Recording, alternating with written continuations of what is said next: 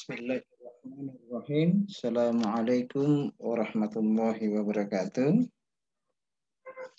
Adik-adik sekalian yang saya banggakan, pada kesempatan yang berbahagia ini kita akan melanjutkan materi perkuliahan kita yang sebelumnya telah diajarkan oleh beberapa orang dosen tentang bagaimana pengkajian stok di khususnya pada daerah kita yang di tropis ini. Pada dasarnya bahwa teman-teman yang telah masuk itu sudah memberikan banyak pemahaman atau pengetahuan tentang pengkajian stok. Namun saya ditugaskan di akhir dari semester ini yang mendapatkan tugas di akhir dari semua teman-teman yang sudah menyampaikan materi lebih awal. Namun saya harus sampaikan kepada adik-adik sekalian bahwa mata kuliah pengkajian stok yang didapatkan ini mungkin bisa menjadi bagian yang merupakan mata kuliah inti yang ada di Prodi MSP, ya, selain mata kuliah yang lain. Karena kita mempunyai 3 kompetensi. Yang pertama adalah kompetensi tentang bagaimana produktivitas dan lingkungan perairan. Kemudian kompetensi di bioekologi, ya, khususnya pada mata kuliah di situ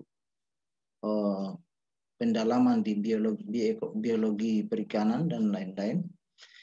Dan yang terakhir adalah manajemen sumber daya, yang mana salah satu kompetensinya itu pada mata kuliah inti, diantaranya adalah pengkajian stok ini, ya. Karena muaranya adalah bagaimana mahasiswa itu bisa di akhir-akhirnya mampu untuk menjadi seorang manajer dalam bagaimana dia mendesain, memanage, dan mengelola sumber daya perikanan ini secara baik, ya. Oke, ini pengantar dari saya. Baik, kita akan masuk pada materi perkuliahan kita. Saya akan tampilkan untuk mata kuliah ini, ya, punya bahan. Jadi mata kuliah ini adalah mata kuliah di semester akhir. Judulnya adalah pengkajian stok ikan. Baik, walaupun sudah disampaikan oleh teman-teman dosen yang lain, alangkah baiknya saya harus mengulas ini tentang pengkajian stok ini. Dari tahapan awal kita melihat pengkajian stok ikan, apa-apa yang harus kita awali, ya, dalam tahapan-tahapan pengkajian, ya. Nah, judul pengkajian stok. Nah, berarti di sini mahasiswa pertama yang harus dia pahamkan adalah apa itu definisi stok. Karena kalau sudah salah di awal, maka semua akan menjadi salah dia punya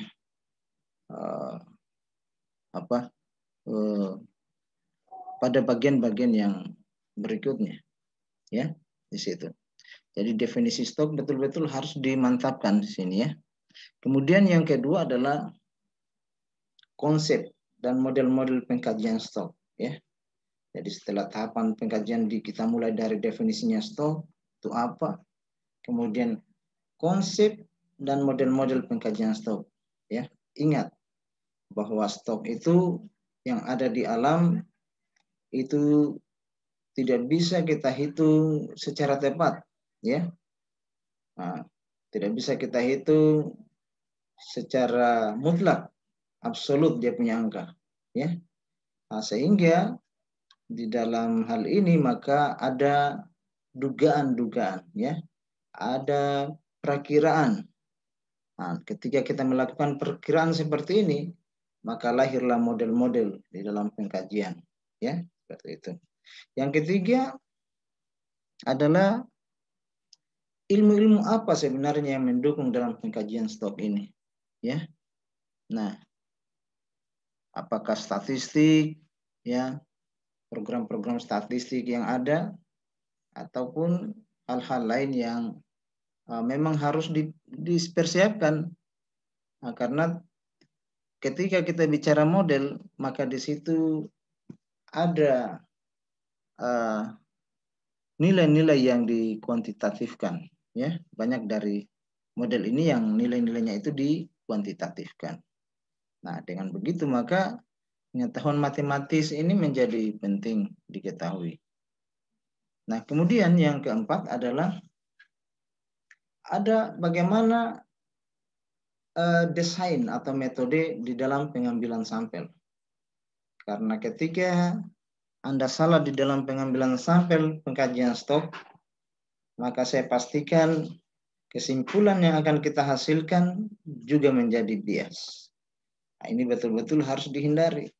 Makanya harus kita pahamkan betul bagaimana cara atau metode pengambilan sampel kita. Nah, dari situ kemudian berikutnya adalah bagaimana model-model prediksi yang digunakan dalam pengkajian stok. Nah, ini harus diketahui karena nanti dari model-model prediksi ini akan melahirkan interpretasi dalam pengkajian stok, ya.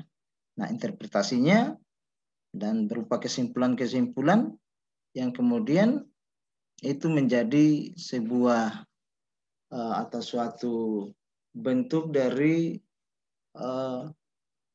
model-model pengelolaan sumber daya, ya, ketika kita melahirkan dari hasil model-model prediksi yang kita lakukan dalam pengkajian stok. Nah, itu. Nah, jadi tahapan-tahapan pengkajian stok ini harus kita pahami. Nah, tidak bisa pemahamannya itu parsial, ya, setengah-setengah. Nah, ini yang saya gambarkan ini bermula dari bagaimana kalian itu dari awal kalian mempelajari stok sampai dengan kalian itu menginterpretasikan atau menyimpulkan dalam pengkajian stok itu. Nah, itu ya, itu tahapan-tahapannya. Baik, pada pertemuan ini saya akan men-skip, ya, cepat ini, ya, untuk menyampaikan 3 poin yang bagian atas, yakni bagaimana definisinya, konsep modelnya, kemudian ilmu-ilmu pendukungnya, termasuk desain metode. Nanti pada akhirnya kita masuk model-model prediksi, ya, kemudian interpretasinya kalau kita punya waktu. Nah, saya diberikan 3 kali pertemuan. Nah, saya akan coba.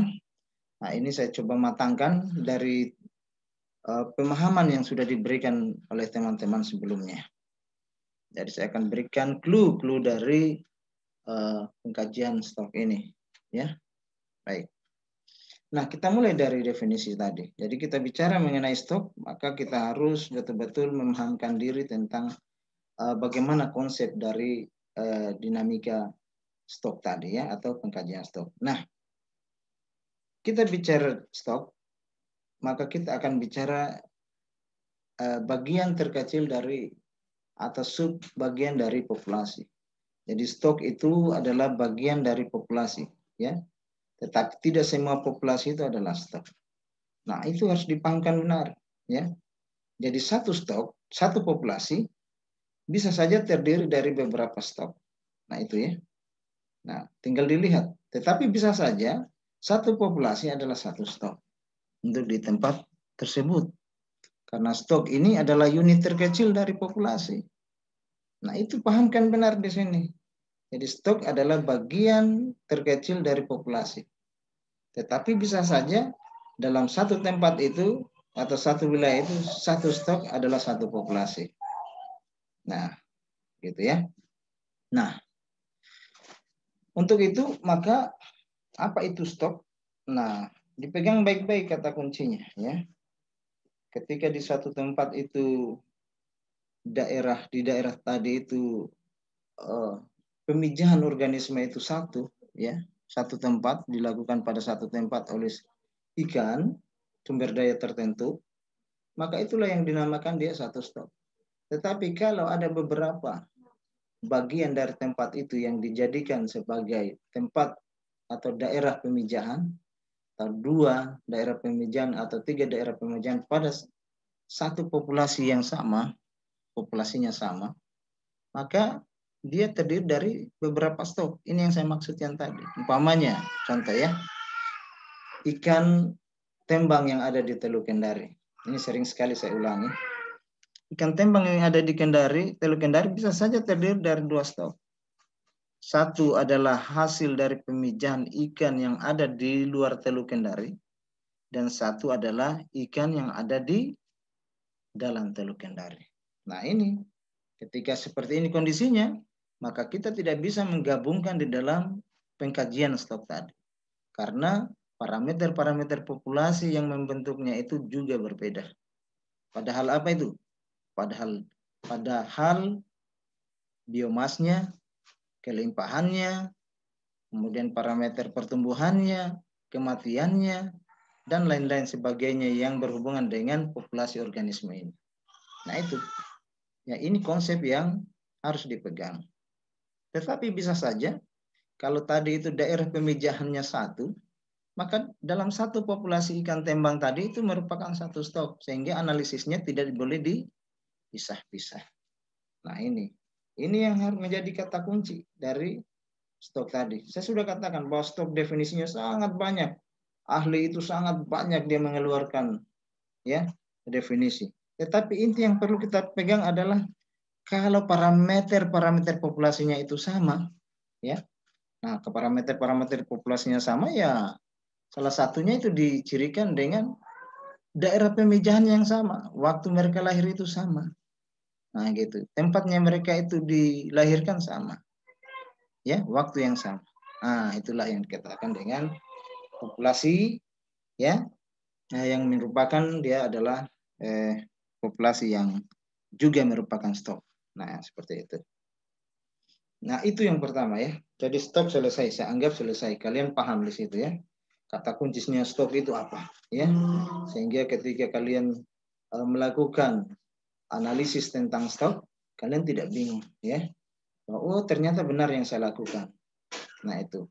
Ini khususnya pada ikan-ikan atau organisme yang mobile. Sedangkan organisme yang sifatnya sesil pada satu tempat wilayah itu umumnya dia adalah satu populasi dan satu stok. Berbeda dengan untuk organisme yang sesil pula, ingat pada daerah yang sangat jauh ya, terpisah secara ekologi, itu juga bisa merupakan unit stok yang berbeda. Walaupun di satu populasi, contohnya umpamanya seperti kerang pokea. Kerang pokea yang ada itu bisa saja dia adalah populasi yang sama tetapi stok yang berbeda. Kenapa dikatakan berbeda? Karena dia secara ekologi telah merupakan daerah yang terisolasi satu dan yang lainnya. Sungai Pohara tidak bersambung dengan Sungai Laea yang ada di Konawe Selatan. Sungai Pohara tidak berhubungan dengan sungai yang ada di Lambale di Buton Utara. Sehingga stok yang ada di Buton Utara juga akan berbeda dengan stok yang ada di Pohara, Sungai Lasolo, Sungai Laea, dan sungai yang lainnya. Secara ekologi dia terpisah. Dipastikan parameter-parameter populasinya juga berbeda. Apa itu parameter populasi? Pertumbuhan, kematian, kemudian biomasnya, kelimpahannya, kepadatannya, pemijahannya, reproduksinya, dan lain-lain sebagainya. Ya, seperti itu. Saya kunci untuk untuk stok dan populasi kalian telah paham. Itu yang pertama yang betul-betul harus kalian pahami di sini. Nah, lanjut. Setelah itu, maka kalian harus mengetahui tentang model-model dari pengkajian stok yang ada. Ya. Ingat, seperti yang saya katakan di awal tadi, bahwa ikan yang ada di laut sana atau yang ada di sungai sana atau di mana saja ya, organisme apa saja yang di perairan, baik di pantai, di dalam substrat atau di atas substrat, itu kita tidak ketahui secara pasti dia punya jumlah. Ya, tidak ada satupun orang yang mampu bisa melihat satu persatu secara detail dan kemudian mengabsolutkan nilainya bahwa dia adalah sekian dan sekian jumlahnya. Sekian ton ikan yang ada di Teluk Kendari. Itu semua hanyalah bagian dari dugaan-dugaan, ya, dugaan-dugaan bahwa jumlah sekian dan sekian. Toh juga kita ketahui secara pasti itu tidak memberikan sesuatu yang bisa kita jadikan untuk pengelolaan secara baik. Ya, buat apa nilai yang pasti benar? Ya, nah untuk itu karena tade itu dia punya ikan ini tidak bisa kita prediksi, tidak bisa dengan kita dapatkan secara absolut atau mutlak, maka ikan-ikan yang ada di sana, yang ada di lautan itu harus dilakukan pendugaan. Diduga, dikira-kirakan kira-kira berapa jumlahnya yang ada di sana. Berapa ton sebenarnya ikan yang ada. Ya. Nah, ini untuk mengetahui itu maka pasti ada model-model. Namanya model dibangun, ya. Membangun model, orang membangun model-model. Nah, dalam model-model ini nanti akan kita ketahui, ya. Semakin baik itu model meramalkan luarannya, artinya ketika model ini dibuat, kemudian dia mampu meramalkan, ya, luarannya itu, hasilnya itu dengan ketepatan yang masuk akal, ya, maka model itu dianggap baik, ya. Artinya dia mendekati kondisi populasi yang sesungguhnya, ya. Ketika dia mampu mendeteksi populasi yang sesungguhnya di alam, maka model itu menjadi sangat baik, ya. Saya kira praktek untuk model-model ini sebenarnya dilakukan juga. Kalian sudah pernah melihat bagaimana banyaknya lembaga survei dalam hal pilkada ataupun juga pemilihan yang lebih besar lagi. Mereka semua menggunakan model-model. Dan luaran yang dihasilkan itu sangat baik karena selang kepercayaannya itu tidak jauh gitu ya, sehingga betul-betul mendekati kondisi populasi yang sesungguhnya. Ingat, mereka melakukan itu bukan dengan cara mereka mensensus, mengambil semua dari total data. Tetap dia hanya mengambil bagian kecil. Dari bagian kecil ini dia mampu memprediksikan secara tepat bahwa yang menang itu adalah si A dengan tingkat kepercayaan sekian dan sekian. Nah, itu bukan main. Itu hebat sekali. Kita mampu memprediksikan model seperti itu. Nah, jadi model yang baik itu kalau dia mampu meramalkan luaran dengan ketepatan yang masuk akal. Nah, dasarnya kita memberikan model-model tadi itu harus dipahami. Karena ikan yang ada di lautan sana tidak bisa kita duga secara pasti. Sehingga kita melakukan model-model berapa sebenarnya ikan yang ada di sana. Kemudian berapa jumlah yang boleh kita ambil, berapa jumlah yang harus kita tinggalkan, ya. Kemudian berapa ukuran ikan yang boleh diambil, berapa ukuran yang tidak boleh diambil. Ini semua model-model, ya. Nah, berapa hasil tangkapan yang saya harus boleh diperbolehkan, berapa upaya yang tidak boleh saya, yang harus saya tempuh, ya. Berapa jumlah kapal, berapa hari perjalanan yang saya butuhkan, ya, untuk mengambil ikan yang ada di sana, ya. Nah, kalau dia terlalu lebih, bagaimana konsekuensinya? Kalau dia kurang, apa konsekuensinya? Nah, seperti itu. Itulah namanya model-model di dalam pendekatan pengkajian stok. Ya, jadi ingat bahwa untuk pengkajian stok itu dibangun dari model-model di dalam kita memprediksi atau kita meramalkan sesuatu, ya, dalam untuk meramalkan sesuatu dari bagaimana kita menghasilkan untuk memanage sumber daya perairan yang ada, ya, seperti itu. Nah, ini bentuk dari model itu ya. Ada masukan, ada proses, ada luaran, kemudian ada lagi proses, kemudian ada luaran. Nah, ini semua model ya. Nah, masukannya apa? Ya, data-data perikanan, kemudian ditambah asumsi-asumsi yang ada. Di dalam proses diolah, kita analisis data-data yang ada tadi. Ya, setelah muncul luaran lagi berikutnya. Ya, itulah luaran dugaannya bagaimana, parameter-parameter yang ada ya dari populasi. Kemudian diproses lagi dengan meramalkan hasil tangkapan, pada akhirnya kita dapatkan MSY. Nah, ini hanya sebagai bagian alur dari pengkajian stok ikan ya. Nah, seperti ini dia menghasilkan model tadi. Jadi model tadi dibangun dengan asumsi data-data apa yang harus kita butuhkan, kemudian diolah. Setelah itu ada pengolahan tahap berikutnya, kemudian dia menghasilkan apa luarannya. Kalau luarannya itu baik, maka model itu baik ya. Jadi luaran yang dianggap baik kalau dia itu mampu meramalkan luaran secara tepat. Nah, seperti itu. Nah, lanjut bahwa model-model dalam pengkajian stok itu secara umum nanti kita akan lihat sebagai nanti pada kesempatan-kesempatan yang berikutnya tentang proses yang ada di dalam model ya. Nah, tetapi saya hanya ingin menggambarkan lebih awal model-model dalam pengkajian stok itu sebenarnya banyak ya. Tetapi yang secara umum yang kita ketahui itu ada tiga model yang umum yang kita bisa lihat. Ada yang model-model pendugaan holistik, ada model-model pendugaan analitik, ada model-model pendugaan yang model biomas dinamis biomas ya, seperti atau model dynamic biomass model. Nah, seperti itu ya. Jadi ini salah, dynamic biomass model ya, bukan model.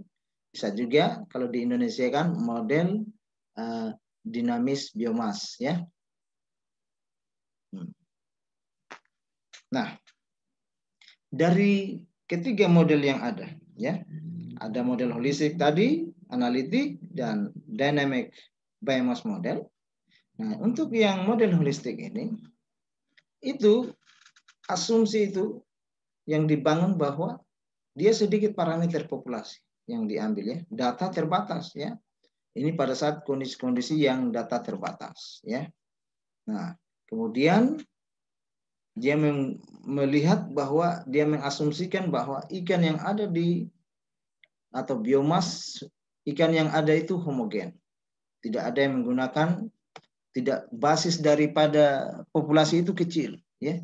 Nah, ada hanya pada kelimpahan ikan atau hasil tangkapan ikan. Itulah yang bisa dijadikan rujukan untuk parameter populasinya. Tetapi yang basisnya pada umur ya itu kecil ya, hampir tidak ada. Jadi dia tidak menguraikan secara jelas tentang basis yang berbasis umur atau panjang. Jadi dia basisnya pada bahwa ikan yang ada di lautan sandang itu adalah sebagai organisme yang mempunyai biomasa yang homogen ya, yang homogen. Seperti itu. Nah, dalam model holistik ingat ada dua. Ada yang disebut dengan sweep area, ada yang namanya model produksi surplus. Nah, sweep area itu apa? Nah, sweep area itu seperti hasil tangkapan dalam satuan luas. Jadi contohnya umpamanya pada saat ada kapal yang menarik trawl untuk menangkap udang ya, seperti itu. Untuk udang putih lah, anggaplah seperti itu. Ditarik sejauh beberapa ratus meter, kemudian diangkat, didapatkan hasilnya, hasil tangkapannya. Nah, setelah didapatkan anggaplah dia punya hasil tangkapan 10 ton. Nah, 10 ton inilah yang merupakan biomas dia, ya, biomas. Nah, 10 ton berapa persen yang harus dikeluarkan dari situ yang merupakan MSY-nya. Nah, dia sebatas seperti itu. Jadi MSY-nya itu sangat kasar. Dia tidak mempertimbangkan tentang umur organisme. Dia lebih banyak pada pertimbangan-pertimbangan dia sebagai biomas yang homogen tadi. Jadi tidak mempertimbangkan tentang berapa kelas ukuran, apakah dia ini dewasa, apakah atau dia ini masih dalam kondisi yang sangat kecil. Tetapi dia hanya melihat secara total bahwa organisme ini, maaf, untuk hasil tangkapan ini dia sebanyak 10 ton. Nah, dikeluarkan 50%-nya, dan 50%-nya inilah yang dianggap sebagai MSY dia. Dan inilah yang diberikan kesempatan untuk berkembang. Nah, memang kalau kita lihat model holistik ini, dari model sweep area ini sangat lemah dari pendekatan parameter populasi. Seperti yang saya katakan tadi, ya. Karena semua yang ditangkap tadi itu belum tentu sama atau seragam dia punya ukuran. Ya, seperti itu. Nah, jadi basisnya sweep area itu adalah hasil tangkapannya ya, berapa bobotnya yang tertangkap, yang tersapu oleh alat tangkap. Nanti dari situ akan keluar dugaan-dugaan kasar dari MSY-nya. Nah, itu ingat ya, untuk yang holistik dari model ini, tetapi pada pendekatan sweep area. Kemudian pendekatan yang kedua dari holistik adalah metode produksi surplus. Nah, ini yang sering kita dengar, biasa kita mendengar ada yang namanya hasil tangkapan persatuan upaya. Nah, kalau disingkat itu CPUE, catch per unit effort. Nah, itu. Ingat baik-baik, catch per unit effort. Nah, dia pakai metode produksi surplus. Nah, bagaimana dia dalam penggunaannya sini? Nah, kalau kita lihat model yang seperti ini, itu didasarkan bahwa biomas yang ada itu proporsional dengan hasil tangkapan persatuan upaya. Artinya apa? Ketika dia tadi biomas ikan itu proporsional dengan hasil tangkapan persatuan upaya. Artinya ketika dinaikkan upaya, ya, kita naikkan upaya, diharapkan hasil tangkapan itu akan menjadi besar, ya. Ya, seperti itu. Andaikan seperti ini. Kita melihat suatu sumber daya yang mau dikelola ada pada suatu daerah, dengan kita coba melihat dari data dasar, umpamanya di sana ada 10 nelayan yang menangkap ikan. Nah, rata-rata perharinya mereka mendapatkan 10 kilo, andaikan seperti itu. Kemudian saya tambah lagi 15 orang nelayan, ini upayanya kita tambah dan menambah jumlah nelayan tadi 15 orang atau 15 kapal. Nah, diharapkan dari tadi penangkapannya kita berharap mungkin 17 kilo. Nah, kemudian kita tambah lagi, kita tambahkan lagi nelayan 20. Nah, naik lagi ya, sampai pada akhirnya ketika kita menaikkan tadi, kita menaikkan upayanya, itu bukan lagi dia meningkat hasil tangkapannya, ya, tetapi justru sudah menjadi tren menurun, ya, biomas hasil tangkapannya menjadi menurun. Jadi puncaknya andaikan dari penambahan tadi kita sudah tambah 70 nelayan dengan hasil tangkapan 1.500 kilo. Nah, pada saat kita masukkan, kita naikkan lagi 150 nelayan, justru bukan lagi dia naik, dia sudah mulai turun. Nah, ini yang disebut dengan proporsional. Saya tambah lagi nelayan menjadi 200. Bukan tambah naik hasil tangkapannya, tetapi tambah menurun. Nah, artinya apa? Inilah yang disebut dengan biomas tadi itu, dari biomas ikan yang ada di mana? Di laut tadi, itu proporsional dengan hasil tangkapan persatuan upaya. Bukan justru dia naik terus secara linear, tidak, tetapi dia membentuk pola yang atau grafik yang parabola. Parabola ya, seperti itu. Tambahkan upayanya, justru dia semakin turun gitu. Nah, ini dua metode yang kalau kalian bisa lihat di sini, perbandingan antara yang sweep area dan yang model produksi surplus. Nah, seperti itu.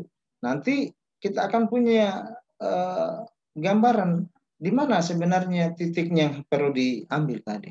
Nah, ini. titik puncak, andaikan di sini adalah upaya penangkapan, di sini MSY-nya, maka titik yang paling tinggi dari upaya tadi, itulah yang menjadi bagian dari bentuk atau model pengolahan yang kita inginkan. MSY-nya berada pada titik puncak ini. Ya, itu harapan kita. Karena ketika saya tambah upayanya, bukan lagi dia naik, justru dia menurun seperti ini. Tambah lagi upaya, dia menurun. MSY-nya. Harapan kita di mana? Di sini. Ya, MSY tadi. Nah, itu yang kita maksudkan ya dari model produksi surplus ini. Ini gambaran-gambaran yang saya coba skip secara cepat. Sehingga kalian tidak kehilangan informasi ya. Seperti itu. Nah, untuk yang model produksi surplus ini nanti akhirnya itu sama.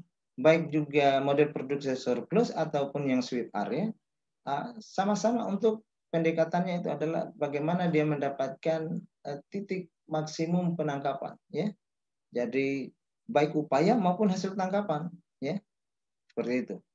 Jadi ini dua hal yang dimainkan gitu ya. Coba dimainkan. Nanti saya titik yang keseimbangan saya itu di mana? Posisi saya ngambil itu di mana? Nah, supaya betul-betul dia itu hasil tangkapan saya itu betul-betul maksimum lestari. Nah, seperti itu, ya. Nah, itu. Hanya memang dari dua pendekatan ini kalau dibandingkan dari untuk model holistik sendiri, model produksi surplus itu sudah mempertimbangkan upaya, ya, ada upaya. Nah, sedangkan yang tadi dia hanya melihat dari satuan luas. Dan ini memang punya masing-masing kelebihan dan kekurangan. Baik. Nah, kemudian yang produksi surplus itu ada dua pendekatan juga di dalam untuk menghitung itu. Ada yang modelnya Skyver, ada yang modelnya Fox. Saya kira itu ya. Oke. Lanjut. Itu yang holistik. Kemudian bagaimana yang analitik? Yang analitik itu dia basisnya adalah bahwa butuh sekali pengetahuan kita tentang umur hasil tangkapan, ya. Jadi ikan-ikan yang tertangkap itu ukuran berapa atau umurnya berapa, ya. Nah, karena dia adalah basisnya itu adalah umur atau ukuran. Maaf, saya harus sampaikan ukuran dan umur ini adalah satu bagian yang hampir sama, ya. Karena panjang itu adalah fungsi dari umur, ya, atau ukuran itu adalah fungsi dari umur.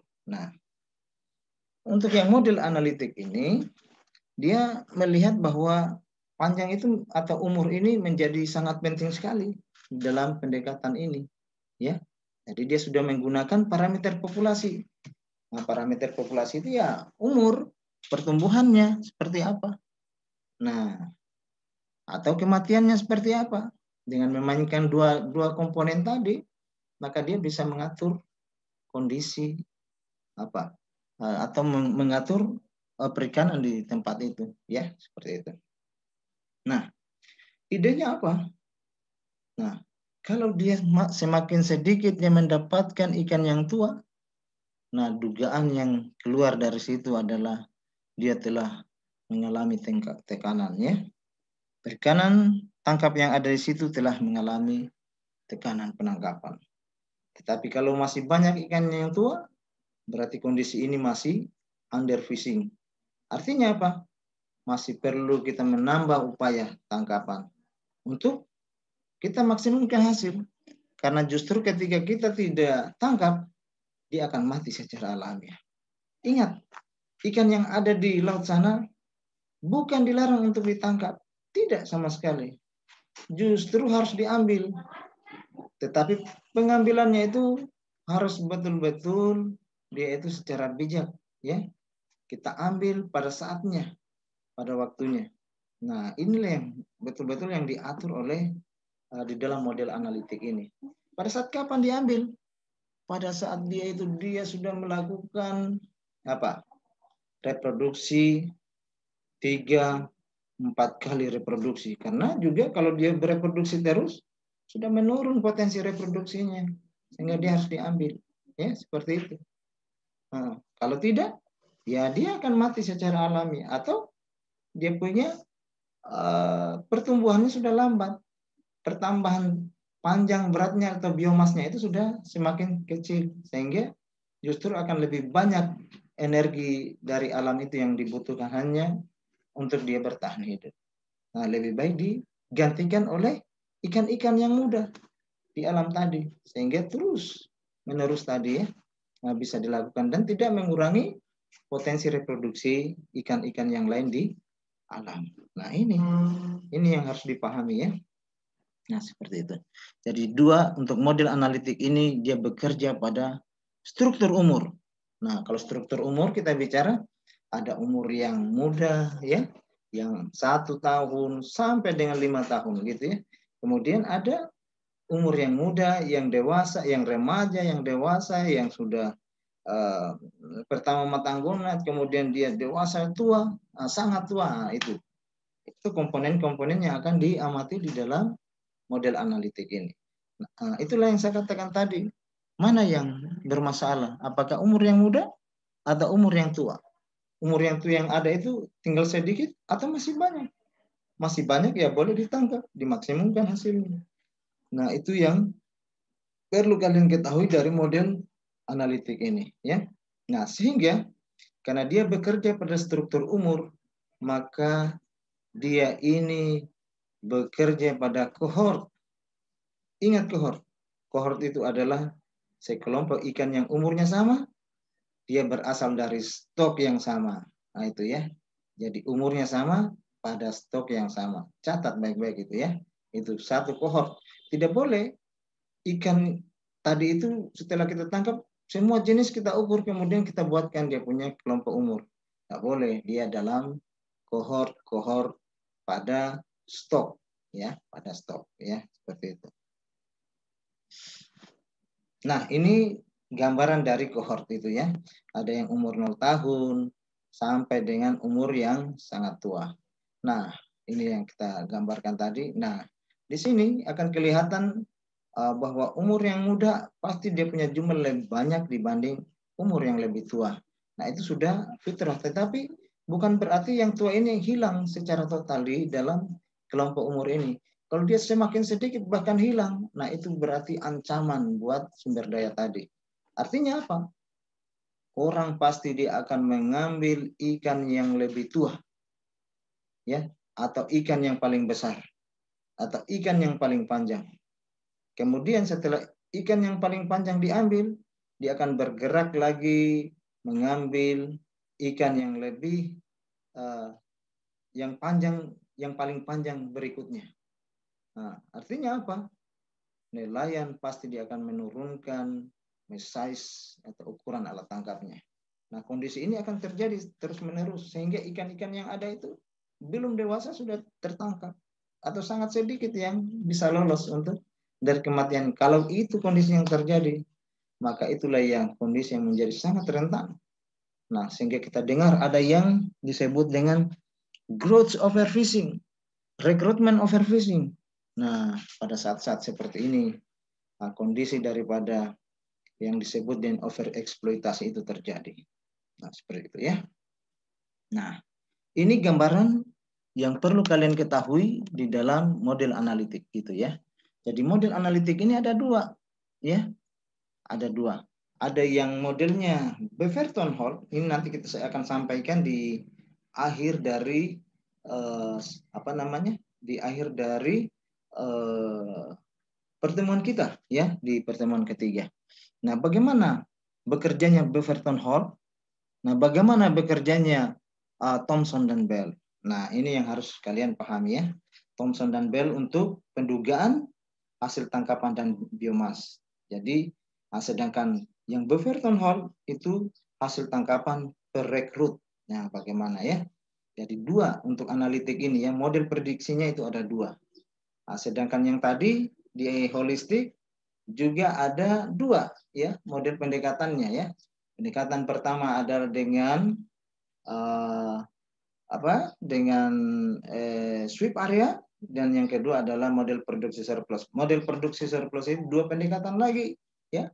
Ada yang modelnya Schaeffer, ada yang modelnya Fox. Nah, sedangkan di analitik itu ada dua ya, modelnya Beverton Hall dan modelnya Thomson dan Bell. Nah, masing-masing punya bagian sendiri-sendiri, ya. Thomson dan Bell itu bekerja pada ukuran semua total penangkapan. Jadi total penangkapan yang didaratkan itu diukur semua.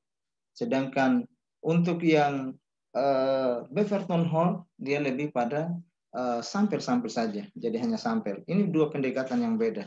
Ketika dia hanya menggunakan sampel, berarti dia menggunakan Beaverton Hall. Kalau dia menggunakan total pendaratan, berarti dia menggunakan Thomson dan Bell. Hasilnya pun pasti beda. Ya. Satu equilibrium stoknya betul-betul maksimum, sedangkan satu basisnya MSY-nya itu dia perekrut. Jadi levelnya itu masih ada di bawah dari Thomson dan Bell. Nah, seperti itu ya. Nah, ini yang harus kalian pahamkan betul di dalam pengkajian stok ini. Dari mana saya harus berawal? Jadi awal kita cerita adalah dari tentang kita membicarakan tentang apa tadi definisi dari atau konsep dari stok. Nah itu, ya saya kira ini. Nah kemudian yang berikutnya yang ingin saya sampaikan adalah data-data yang kita butuhkan itu apa. Nah ini. Jadi saya coba rangkumkan semua dari teman-teman yang sudah sebelumnya. Saya mau coba betul-betul kalian pada saat akhir ini, saya sarikan dari semua itu sehingga kalian punya, oh ternyata ini. Dia mengerucut pada mana ini pengkajian stok. Baik. Nah, data-data apa sih sebenarnya yang kita butuh? Nah, untuk pendekatan holistik, data-data yang kita butuh itu, tadi saya sudah sebutkan ya. Nah, yang kita butuh itu ada upaya. Upayanya dalam bentuk apa? Tadi kan modelnya seperti itu kan, upaya berhasil tangkapan. Iya. Nah, upaya itu apa? Nah, upaya itu macam-macam di dalam perikanan. Ada yang bisa jumlah kapal, ya. Ada yang bisa jumlah nelayan, ya. Apalagi bisa hari penangkapan, boleh, ya. Trade, ya. Seperti itu. Itu semua upaya yang dimasukkan. Nah, kemudian data yang berikutnya dari setelah kita punya data itu hasil tangkapannya berapa. Jadi kita mendata kalau upaya seperti ini berapa hasil tangkapannya. Kalau upaya begini berapa hasil tangkapannya. Nah hasil tangkapan macam-macam. Bisa kita dengan ekor, jumlah ekor ikan. Bisa juga dengan beratnya. Terserah seperti apa. Tapi kita harus konsisten. Jangan di sini kita menggunakan ember, kemudian di tempat lain keranjang. Boleh juga kalau kamu mampu mengkonversi itu menjadi satuan yang distandarisasi. Ya, satuan distandarisasi. Ingat, ketika kita melakukan pengambilan data, biasa seperti upaya tadi itu tidak seragam. Seperti kapalnya. Banyak kapal yang tadi itu menangkap organisme semua hasil tangkapan yang ditangkap itu ada yang menggunakan perahu, ada yang menggunakan kapal dengan beberapa GT, 5 GT, 10, 30 dan yang lain-lain. Pada kondisi-kondisi yang seperti ini, maka semua upaya tadi itu harus distandarisasi. Nah, untuk apa? Agar hasil hitungannya itu tidak berbeda-beda. Karena ketika kita tidak menstandarisasi ini, maka bagaimana kita mendapatkan satu kesimpulan yang sama, ya? Kita mau mengambil kesimpulan, sementara beda-beda dia punya alat ukur. Nah, alat ukurnya ini yang harus disamakan dulu. Nah, seperti itu. Nah, ya, untuk penstandarisasian ini tidak terlalu susah ya, tidak terlalu susah.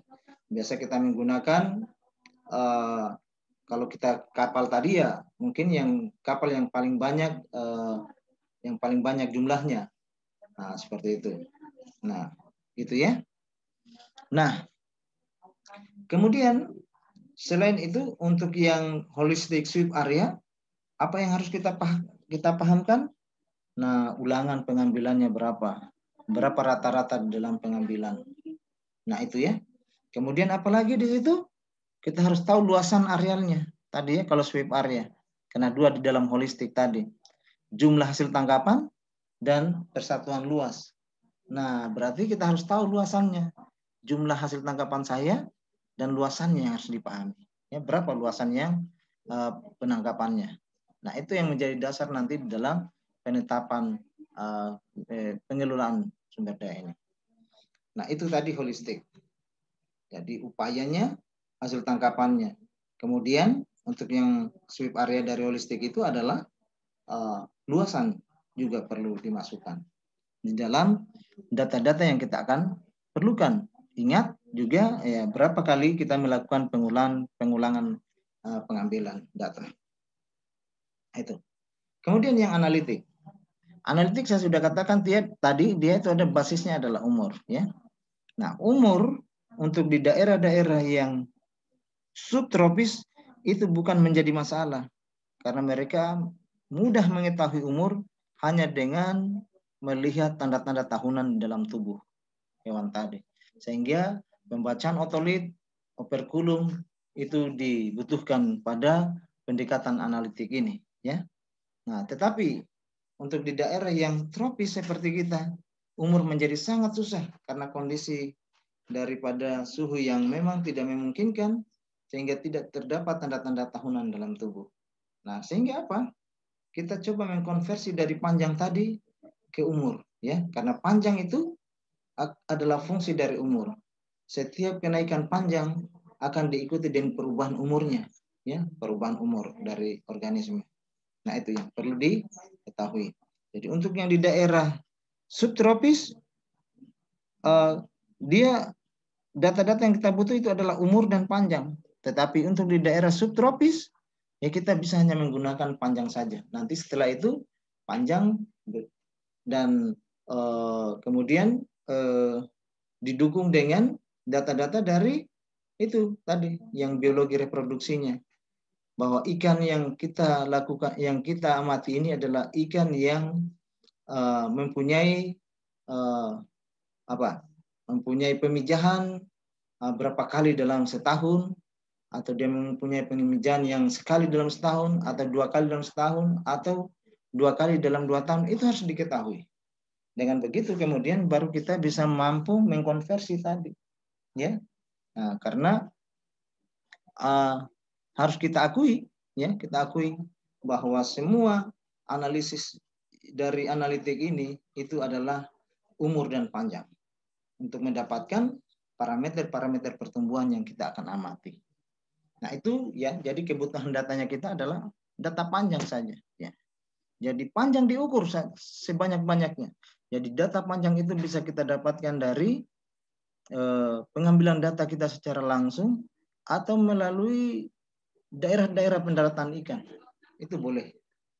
Hanya saja ingat bahwa yang kita bekerja pada situ adalah stok, ya, stok. Jangan dicampur datanya.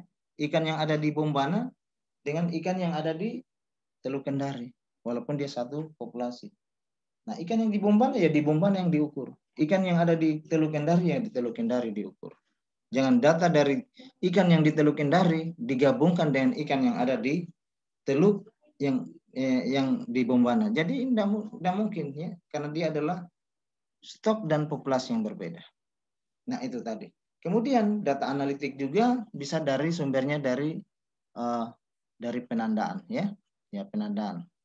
Nah, hanya saja ini teknologi yang cukup sulit, yang cukup rumit sehingga hampir tidak digunakan, ya, kecuali untuk negara-negara yang mampu membiayai pengambilan data untuk kebutuhan data mereka di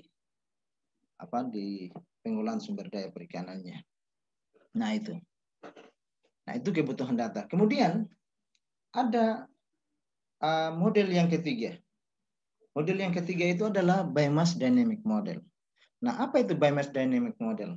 Nah, biomass dynamic model ini adalah model kombinasi antara model holistik dan model analitik. Jadi dia menggabungkan antara dua model. Ada yang model holistik dan model analitik. Sehingga kebutuhan data juga itu sebagai gabungan dari data yang ada di holistik dan analitik. Dia butuh data panjang, dia butuh data berat biomasnya, dia butuh data hasil tangkapan, dia butuh data upaya, ya. Nah, dengan demikian bahkan kemudian dia ketika data-data tadi tidak tersedia, itu biasa didapatkan dari data historis, ya, data historis seperti itu. Karena kadang kala memang di negeri kita ini tidak ada sama sekali data yang terkumpul hampir 10 atau 15 tahun. Ya, kecuali mungkin perusahaan yang sudah lama yang bergerak di perikanan. Tapi kalau kita mengharapkan data itu lahir dari pemerintah, nah, data yang kita dapatkan kadang-kadang tidak memadai untuk dianalisis karena tersediaan data tadi itu kadang-kadang susah untuk kita analisis karena banyaknya data yang bias ya atau error. Nah, demikian. Lanjut. Pada bagian terakhir yang saya akan sampaikan adalah teknik pengambilan sampel. Nah, bagaimana teknik pengambilan sampel? Ingat baik-baik. Di dalam metode pengambilan sampel untuk pengkajian stok ini, asumsi yang kita bangun itu bahwa sampel yang ada itu adalah acak. Ya, tidak boleh kita katakan sampel yang saya ambil adalah klaster. Karena kalau sudah seperti itu, dalam analisis menjadi bias. Sehingga peluang terambilnya ikan itu sama, itu harapan kita. Peluang terambilnya kelompok ukuran itu sama, ya. Kita tidak boleh memilih ikannya pada ukuran-ukuran tertentu yang diukur. Tetapi kita mengambil secara acak. Artinya bahwa kita berharap bahwa data yang dihasilkan itu betul-betul mewakili kondisi stok yang ada di tempat yang kita inginkan. Ya, apakah di laut, atau di sungai, atau di pantai, dan sebagainya. Nah, untuk itu, di dalam pengambilan data tadi, sampel, diperhatikan betul kalau dia menggunakan alat, jangan alat yang selektif. Ya. Jangan alat yang selektif. Artinya apa? Ketika alat itu selektif, berarti dia mengambil ukuran-ukuran tertentu. Nah, ukuran-ukuran tertentu. Nah, hanya dia mengambil kelompok ukuran yang besar, tetapi ukuran yang kecil diabaikan. Nah, hasilnya nanti apa? Terbentuklah kelompok ukuran yang hanya yang besar-besar saja. Nah, kesimpulannya apa? Tinggi kematian mortalitas alami. Padahal tidak. Karena tadi alatnya selektif. Dia hanya mengambil ukuran besar. Atau dia punya ukuran mata jaring yang kecil. Sehingga ikan-ikan yang tertangkap adalah ikan yang kecil. Ikan yang besar dia lolos atau dia tidak mampu terbelit, terjaring ya pada insangnya. Nah, apa kesimpulannya? Kesimpulannya adalah sudah mengalami overeksploitasi. Padahal apa? Karena alatnya tadi selektif. Nah, ini masalah ya. Makanya di dalam pengambilan sampel untuk pengkajian stok ini betul dipikirkan ya. Harus dipikirkan betul tentang selektivitas alatnya. Ya. Tidak boleh alat itu selektif ya. Jadi ini pengecualian ya. Ini sebuah pengecualian di dalam pengkajian stok. Tetapi kalau untuk kebutuhan nelayan itu memang harus diisyaratkan untuk selektif alatnya ya. Tapi untuk kebutuhan penelitian alat jangan selektif untuk data-data pengkajian stok. Kalau selektif, dipastikan data akan bias. Kesimpulan akan menjadi bias. Nah, itu yang penekanannya. Jadi penekanan seperti ini harus dipahami betul ya. Nah, karena maaf beberapa kesalahan yang dilakukan itu terjadi dari alat yang selektif ya. Demikian. Nah, bagian yang terakhir. Bagian terakhir ini tentang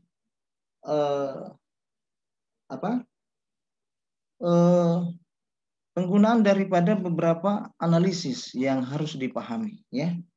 Nah, di dalam pengkajian stok ilmu-ilmu yang harus menjadi tambahan dari yang ingin melakukan analisis pengkajian stok itu adalah analisis statistik ya. Jadi pendekatannya biostatistika. Nah, biasa memang kita sudah sering melakukan ini, hanya kadang-kadang kita tidak pahami. Nah, apa yang harus dilakukan? Nah, kita di dalam analisis pengkajian stok itu kita hal-hal yang umum yang kita lakukan di biostatistik seperti apa? Kita menghitung nilai rata-rata. menghitung variansnya, ya, yang menghitung standar deviasinya, ya. Nah, ini yang harus diketahui oleh mahasiswa. Karena nanti kita akan berhadapan dengan data-data itu tadi.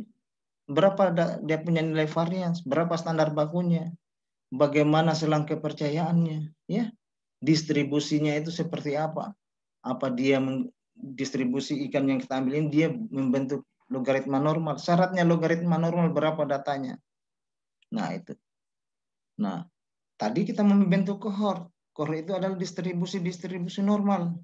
Nah, satu distribusi normal itu ya, itu syarat yang dipersyaratkan terbentuknya distribusi normal kasar.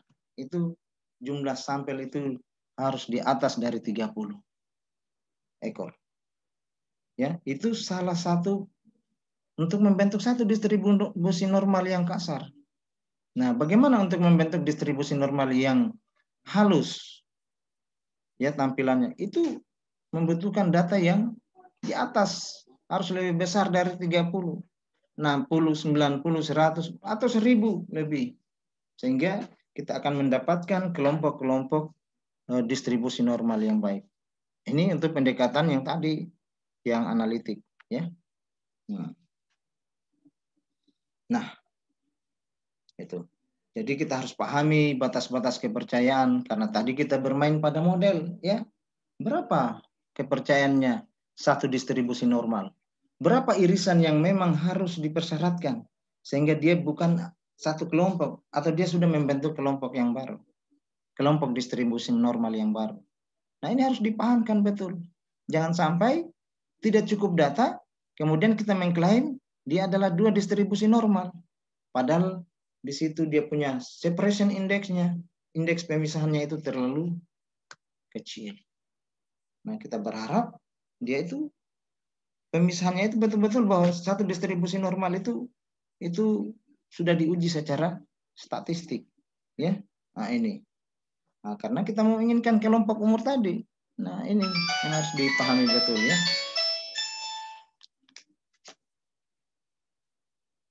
Nah, kemudian analisis yang berikutnya adalah analisis regresi linear sederhana. Nah, ini data panjang, data umur yang kita akan lihat di analisis regresi tadi, termasuk Fox dan termasuk dari Fox, kemudian Skyver, juga itu menggunakan analisis regresi. Nah, ini yang saya maksudkan. Jadi, regresi linear sederhana juga dibutuhkan. Nah, selain itu, ada untuk yang pendekatan BMS Dynamic Model, dia juga menggunakan analisis regresi yang non-linear. Nah, ini harus dipahami bagaimana analisis regresi yang non-linear, ya, pembentukannya. Nah, dia membutuhkan data-data yang stokastik, gitu ya. Nah, ini yang harus dipahami benar, ya, di dalam pendekatan analisis data yang kita gunakan.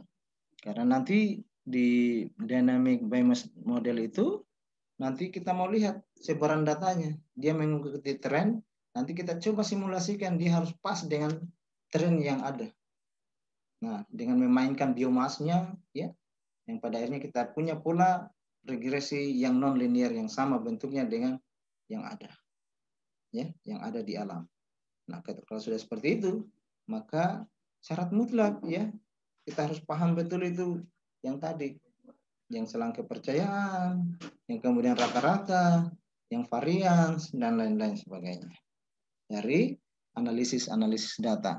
Nah, untuk yang analisis regresi itu ada nilai A kemiringannya, nilai A sebagai interceptnya perpotongan, kemudian bagaimana nilai B-nya sebagai kemiringan. Nah, ini yang harus digunakan, karena ini yang menjadi pendekatan kita untuk melihat nilai-nilai di dalam parameter-parameter populasinya. Kemudian, nah ini contoh-contoh, ya, bagaimana kita melihat dari rata-rata, ya, kemudian standar deviasi, ya. Nah, ini saya coba perlihatkan. Nah, demikian. Selanjutnya mungkin untuk pertemuan berikutnya kita masuk nanti di model-model prediksi, ya, model-model prediksi seperti apa. Nanti dari model-model prediksi ini kita akan kupas proses-proses pendugaan di dalam stok tadi ya. Nanti sampai pada akhirnya kita masuk pada model prediksi yang ada yang kita sebutkan di awal tadi, ada Beaverton Hall, kemudian model prediksi Thomson-Bell, dan yang terakhir adalah population dynamic modelnya seperti apa. Demikian untuk pertemuan hari ini, kita cukupkan. Billahi taufiq wal hidayah.